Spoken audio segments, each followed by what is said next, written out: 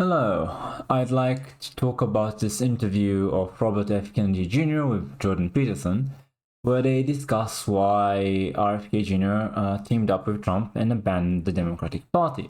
I think he represents a lot of disaffected liberals, people who, let's say, hold to the same beliefs that the left used to champion about 10, 20 years ago or so, and the same core values, the same positions for the most part.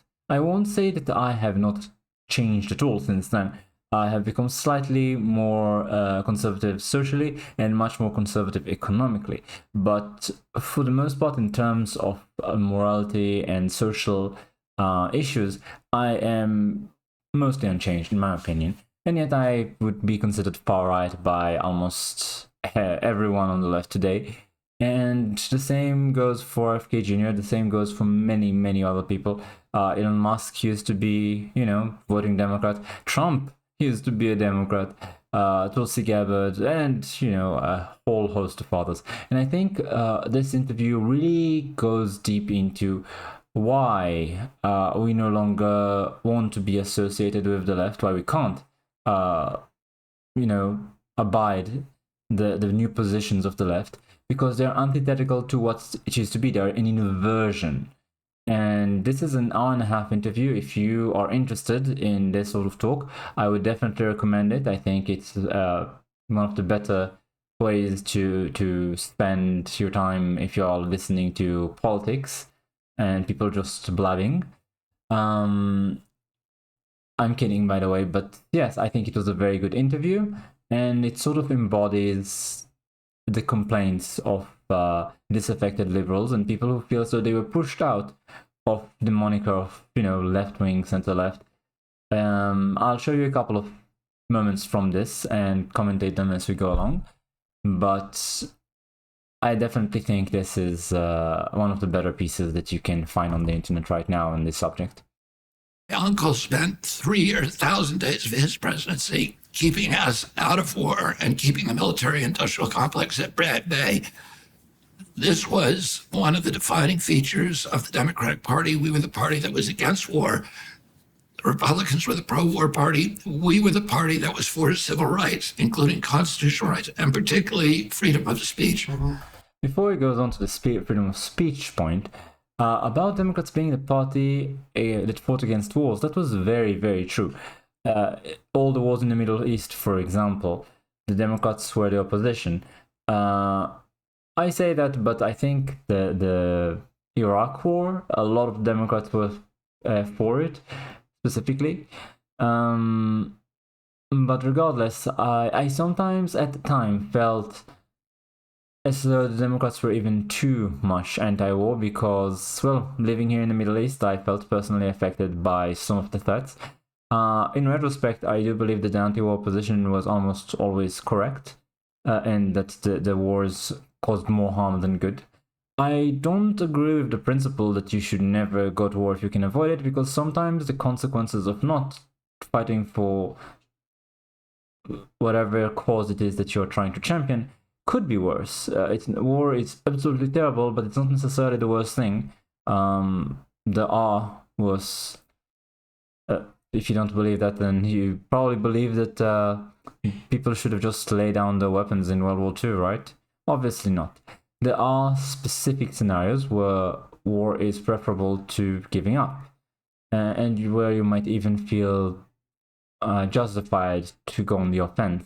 That said, the wars in the last 2 decades were almost all, in my opinion, not justified and caused harm all around, both to America and to the people around them. As for the conflict specific to my country of Israel, I can tell you that at the very least from the perspective of the people living here, it's almost unanimous that we are fighting to defend ourselves. I don't think you can find a greater justification than that.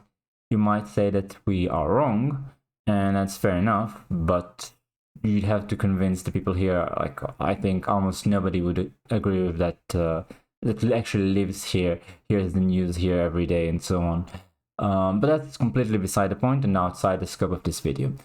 Regardless, I think his first point is very clear and simple. the military-industrial complex used to be completely supporting, financially I'm talking here, the Republicans. And that was one of the Democrat talking points. Nowadays, it's the other way around. The money from the military-industrial complex goes specifically to the Democrats, or their opposition on this issue is the Republicans. That's a total 180 inversion.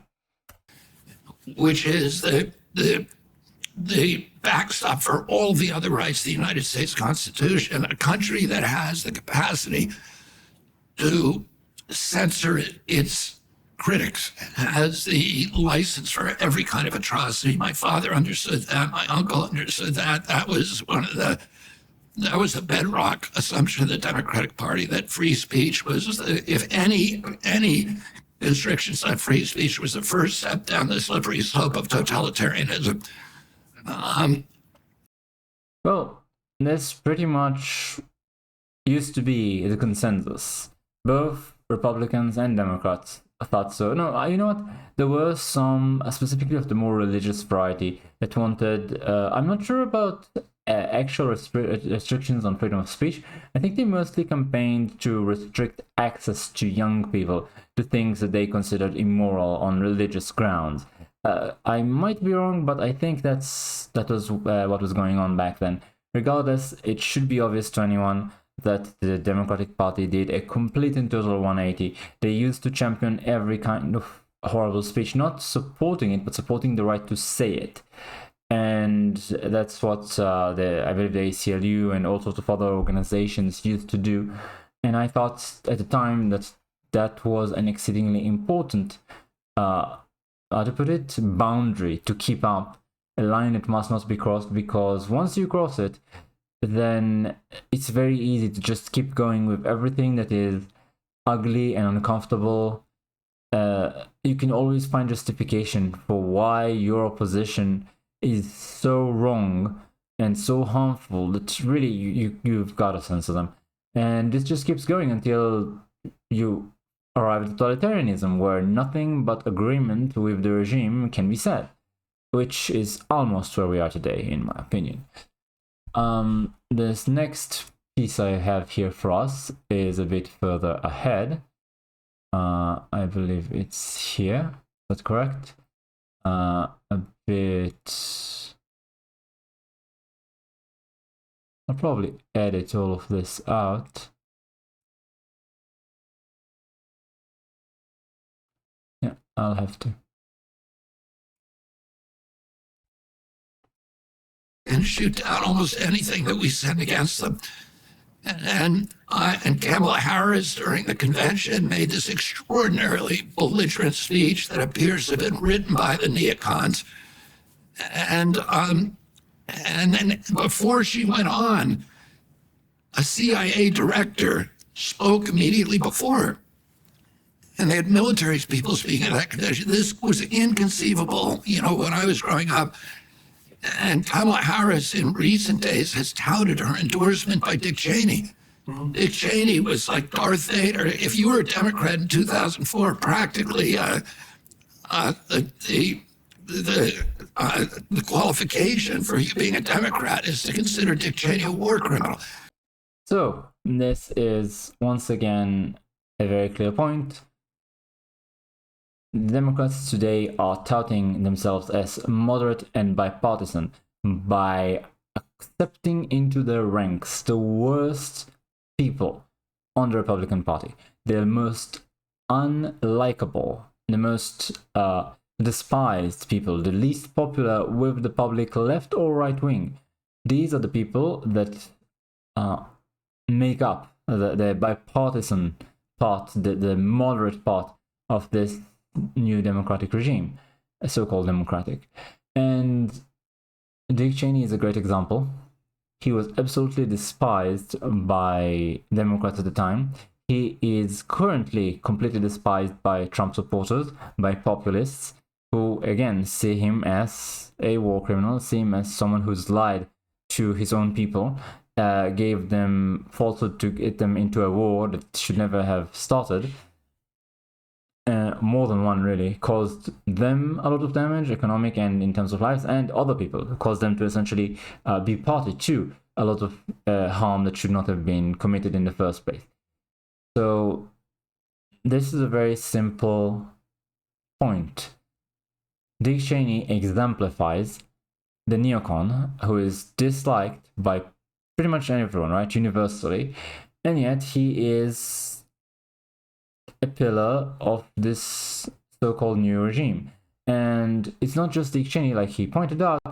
We also have all sorts of people from the intelligence agencies outright a part of this campaign. It's just when they talk about the swamp, when Trump talked about the swamp, literally the swamp is propping up Kamala Harris, and they're not even hiding it anymore. Now let's see where the next part is. Should be around here. Lincoln and, Sullivan and even, who knows who else, but whoever was calling the shots. And there was a really unbelievable moment or poignant moment during the Democratic National Convention when Chris Cuomo points up into the bleachers of the arena, where the convention was taking place, and there was these high seats, the owners' boxes up in the upper rim of and he said, those are the boxes that it costs $1 million, $1.5 million to be in that box right now. And those are the big donors, the Democratic Party, the corporate donors, the BlackRocks, these kind of groups that are up there, the military industrial, the big pharma. He said, we don't even know who they are, but they're the ones that are making all the decisions here on the floor. And well, he said more than that. Essentially, he said, if I remember correctly, that Kamala Harris promises to fund all of her lovely programs by taxing the rich. And I believe he said, correct me if I'm wrong, I believe he said that the people up there making the shot, making the decisions, and essentially taking the nominee as their own, I mean, they pushed Kamala instead of Joe Biden without any sort of election. She's their woman, she's their representative essentially, and yet she promises to tax them. It makes zero sense. It's not going to happen. But yeah, can you imagine the Democratic Party, supposedly representing democracy, outright saying we have these super donors looking down at you all, and it doesn't really matter what you think because they call the shots. Those are the people that ultimately anointed Kamala Harris, who I don't think is, I don't want to be mean-spirited, and I've been very disciplined about not name-calling. To me, it's a disqualifier to be president of the United States if you don't believe in freedom of speech. And Vice President Harris has repeatedly said that the First Amendment is a privilege, not a right, that the government has a duty to censor what she calls misinformation and disinformation, that's not. So this is obviously just a continuation of something we had before, but all the same, I want to point out how open they are. I mean, John Kerry outright said that the First Amendment is a major block to hammering misinformation out of existence. He said that they need to win a large enough majority they can change it. Hillary Clinton said that they have to censor all the social media platforms, otherwise they risk losing total control. They are very open about their hatred of you being able to open your mouth and say what you think, and also listen to other people doing the same, without actually calling for violence, without committing any crime. It's you just present opinions that they don't like or that are uncomfortable for them and their narrative, and that's enough to be dangerous.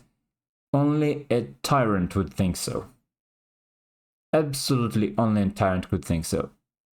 The entire invention of misinformation, disinformation, hate speech, what is this nonsense? All of that is antithetical to freedom of speech. And it's antithetical to what the Democrats used to stand for. No questions. Not protected by the First That's a very Amendment. dangerous word, misinformation. It's, first of all, the First Amendment protects all speech. It protects lies. It protects, it was passed not to protect convenient speech, but to protect the speech that nobody wants to hear. And when the government takes upon itself the right to decide what's true and what's not true, then you have a totalitarian system, because of course it's going to, and we saw this during COVID, where the government was really the biggest propagator of misinformation, of factually inaccurate information, that it then uses the control of information to manipulate the public. And by the way, so this is pretty much the main, not the main, but one of the important defenses that freedom of speech is sort of justified by. It was never meant to protect comfortable speech. It was never meant to protect popular speech. It was always meant to protect the speech no one wanted to hear. And yes, if you allow the government to decide what is true and what is not, it will obviously manipulate the public to support itself. That's normal human behavior, I'd say. That's to be expected. It would take an exceedingly virtuous government, which, in my opinion, is partially or even outright impossible. At best, you'd have some virtuous people at the top of the scale.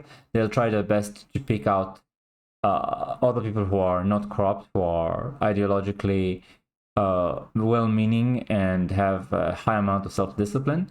But you'll never be able to make it completely. And in fact, it's outright impossible because of the practicalities of ruling. Meaning you can't maintain or even achieve any position of power or an authority without playing the game to some extent. That's just the reality of it. There is no such thing as a completely virtuous ruler. And so there's no such thing as a ruler that is deserving of the power, that is worthy of the power to decide what you should and shouldn't hear or say. Let's go to the next one. 41, let's see. Here it is. The impulse of the Democratic Party to censor debate is part of a larger disease, which has to do with centralized control rather than democracy, and the mistrust of the people, the mistrust of the demos, which is the people, which is what democracy is named after. So they believe that the government needs to control what people hear so that they don't become infected with dangerous ideas. And, it was dangerous ideas that launched the American Revolution, an idea that people could actually govern themselves, which was considered a lie back then. And they won the revolution. And then, our nation has been about trusting people and avoiding centralized mechanics of control. And now the Democratic Party is all about the centralization of control. It's about surveillance. It's about controlling the flow of information. It's about top-down policies that are dictated by an oligarchy, and it's the opposite of democracy. And so I saw that firsthand. So this is one of my largest complaints with the Democratic Party of today. It used to be that the entire point, in my opinion, of the left was leave me alone, leave other people alone, just let people make their own decisions, get out of the bedroom of people, get out of people's lives as much as possible, do the things that we can't do for ourselves, meaning providing us the protection from foreign and domestic threats, the roads and the utilities and such, and mostly just leave us alone and make sure we are left alone. That was the function of government by people who were more, I guess you could call it slightly libertarian left at the time. More normal left-wing people would also say, well, take some taxes and provide support, a safety net for people who fail in society, who become poor or homeless and so on. But for the most part, it was definitely about stopping sort of moralistic control of people. That was a bit more the right thing back at the time. Again, mostly a religious impulse to sort of police morality in the name of religion. I don't think it was nearly as authoritarian as the left is now, but I do believe it existed. And the idea of a top-down civilization, let's say, is antithetical to the American spirit as I saw it, and I think that's what made America special. I think specifically the freedom, the bottom-up approach, the idea that everything should be grassroots if possible, that the people should decide for themselves. The wisdom of the masses is much better than the decisions of the experts. The entire problem that many communist regimes had was that they'd make erroneous decisions. And these decisions would be simultaneously implemented everywhere. So the problem was much, much greater than if it was tested out someplace first. And even after it was proven to be a terrible decision, this decision was not stopped because the people in power implemented it, and they cannot be wrong. You had to pretend that the party was always right for your own safety, and they couldn't lose face. So they just keep going and going with the awful decisions, and the problem would balloon into epic proportions, catastrophic proportions, and it would just happen over and over again. You had it in Russia with Lysenkoism, you had it in China, the problems that caused the famines. I remember them deciding to kill certain birds or insects and such, causing infestations of other insects. It's just, you can't have a successful top-down society. It would always rot from the inside.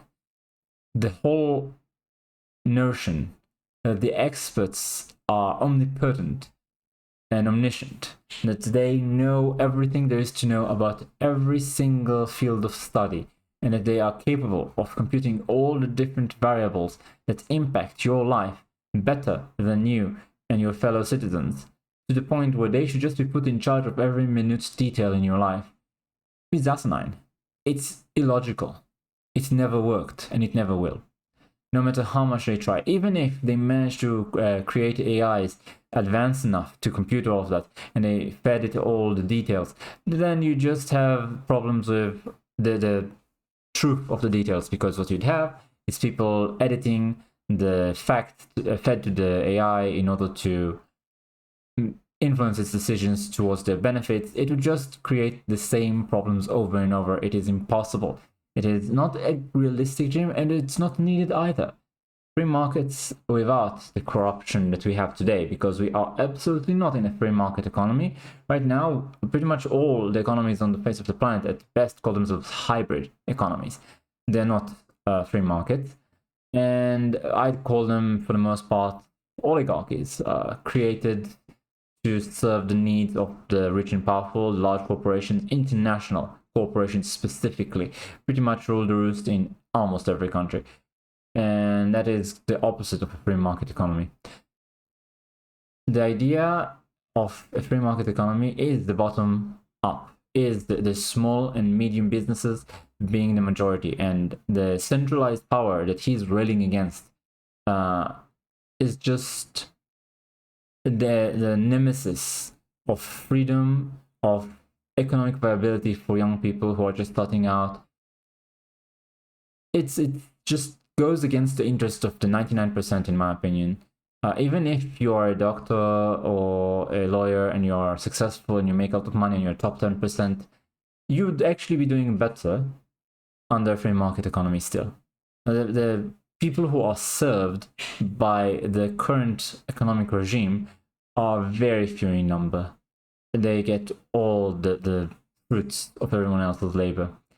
And I'm not advocating for more government control to do it, I'm advocating for less. I think this is the result of the government putting its thumb on the scale in favor of the rich and powerful, which is how they managed to centralize so much wealth and power. And essentially, it's very similar to the point he's making here, which is that the current Democratic Party is all about centralizing control in the hands of the government for the corporate donors, obviously.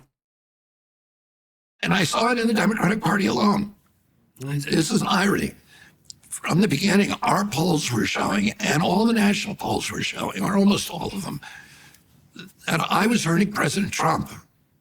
And about 57% to 60% of the people who said they were going to vote for me said that if I left the race, they would switch their votes to Trump. So me being in the race was actually helping the Democrats. It was the Democrats who were trying to destroy my campaign, who were trying to, suit me. Despite that. Yeah, and it's very strange, right? Because I was helping them. Yeah. The Republican Party made no effort to keep me off the ballot.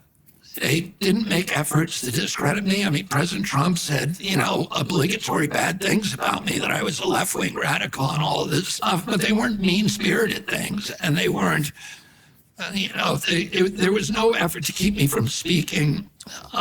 And why is it, despite the fact that he being in the race hurt Trump more and helped the Democrats, why is it that the Democrats still wanted him off the ticket?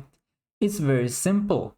Because they need a unified message. They can't bear dissenting opinions, because if people heard what he has to say, they might be convinced that people like him are the true left-wingers and that Kamala Harris is a radical servant of international financial business, and that she's not in the best interest of her own voters.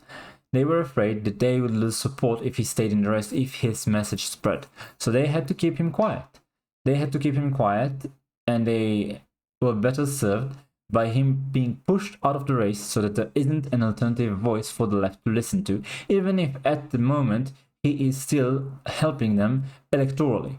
It doesn't matter the threat that he represents, that the threat that an alternative voice represents is too much. Meanwhile, for Trump, he's not using these tactics. He's just not using these tactics. He's not willing to use these tactics. Let me check for a moment. I think that's about it for us. There's a lot more in this interview. You can see that he's talking about how they kept him off the stage against the law. You can see that he talked about how Trump and RFK Jr. managed to team up together. You can see that they talk about, that's quite funny. Trump said that Project 2025 was written by a right-wing, not a nice person. I don't want to try and say that on YouTube because censorship. Anyway, he basically said that Project 2025 is definitely not his thing. You can also see specifically about health, right? He's talking about atrazine and endocrine disruptors. I think that's an exceedingly important topic. It's just not specifically a Democrat versus Republican topic, so it's outside the scope of this video. But do listen to it. I think this is one of the major issues that young people today are suffering from. And if you care at all about society, you are dependent on future generations, even if you're not young yourself or don't have kids. I think we should pay attention to these health matters. I'm very glad that they were brought to the fore by RFK Jr. Anyway, that's enough for now. Thank you for watching. Like, comment, subscribe, and I'll see you next time.